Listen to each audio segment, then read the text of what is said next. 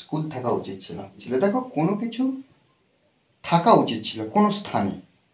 দেখো এখানে প্রত্যেকটা এক্সপ্রেশন, নোয়াখালীতে একটি বিমানবন্দর থাকা উচিত ছিল, তাহলে কোনো কিছু থাকা উচিত ছিল কোনো না কোনো স্থানে। এইরকম এক্সপ্রেশন যদি আমরা পাই, আমরা কীভাবে ইংলিশে ট্রান্সলেট করবো? দেখো আমরা আমাদের মতন বলতে পারি যে এই গ্রামে একটি মন্দির থাকা উচিত ছিল, এই গ্রামে একটি মসজিদ থাকা উচিত ছিল, আমাদের এলাকার মধ্যে একটা হসপিটাল থাকা উচিত ছিল। এই বাক্যগুলো কিন্তু আমরা কমন সাধারণত বাংলাতে বলে থাকি। এগুলো কী করতে হবে না, আমাদেরকে ইংলিশে বলতে হবে। দেখো ফার্স্টে আমরা একটু স্ট্রাকচার দেখে নেব। দেখো কোনো জায়গায় কোনো কিছু ছিল বোঝায়, তখন আমরা কি করব, ফার্স্ট টাইম এই যে দেয়ার দিয়ে শুরু করব।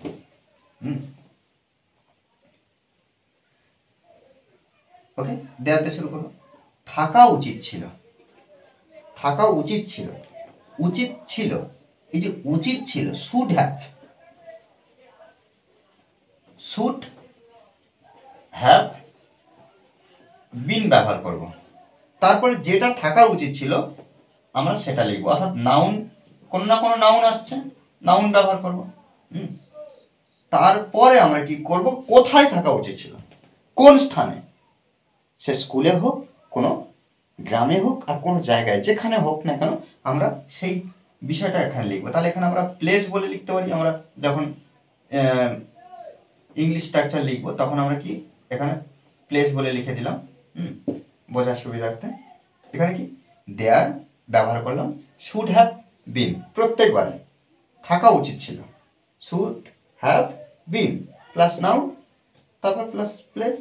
ওকে, দেখো একটা বাক্য আমরা যদি ট্রান্সলেট করি, প্রত্যেকটা বাক্য আমরা কিন্তু সুন্দরভাবে ট্রান্সলেট করতে পারবো।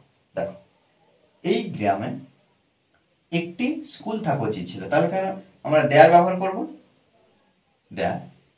ওকে, ব্যবহার করলাম there. Should have been, should have been, should have been, থাকা উচিত ছিল। এবারে দেখো নাউন কি, একটি স্কুল, তাহলে আ স্কুল, স্কুল। কোথায়, এই গ্রামে, তাহলে এই গ্রামের মধ্যে, তাহলে আমরা লিখব ইন দিস ভিলেজ। ওকে, এই গ্রামে একটি মন্দির থাকা উচিত ছিল।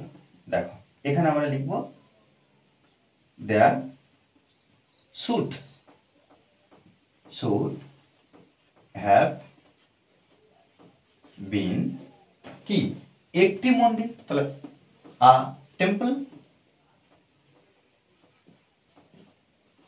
আ টেম্পল মানে কি একটি মন্দির।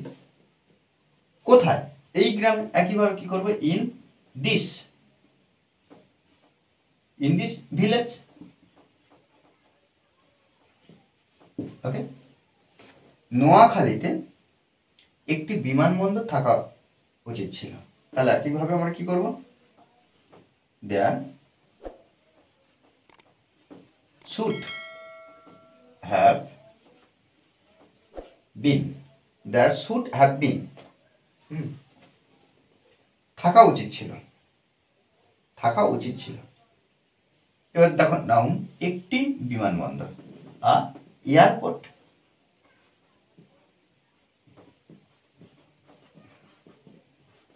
এয়ারপোর্ট।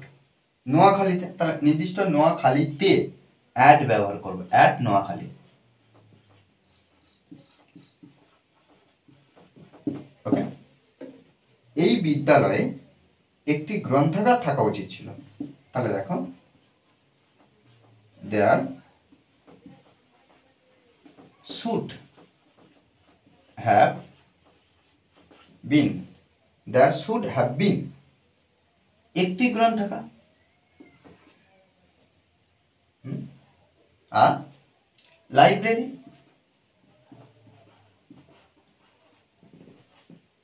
লাইব্রেরি। কোথায়, এই বিদ্যালয়, in this in this school,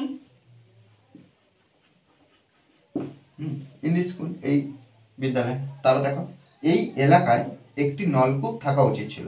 দেখো এই বাক্যটা আমাকে অবশ্যই কমেন্ট বক্সে জানাবে। কেন? কারণ আমাদেরকেও প্র্যাকটিস করতে হবে। ওকে, আর এই ক্লাসটি যদি ভালো লাগে অবশ্যই লাইক কমেন্ট শেয়ার। আর যারা এখনও পর্যন্ত এই চ্যানেলটি সাবস্ক্রাইব করেনি তারা অবশ্যই চ্যানেলটি সাবস্ক্রাইব করে পাশে থাকবেন। Okay, thanks for watching this video.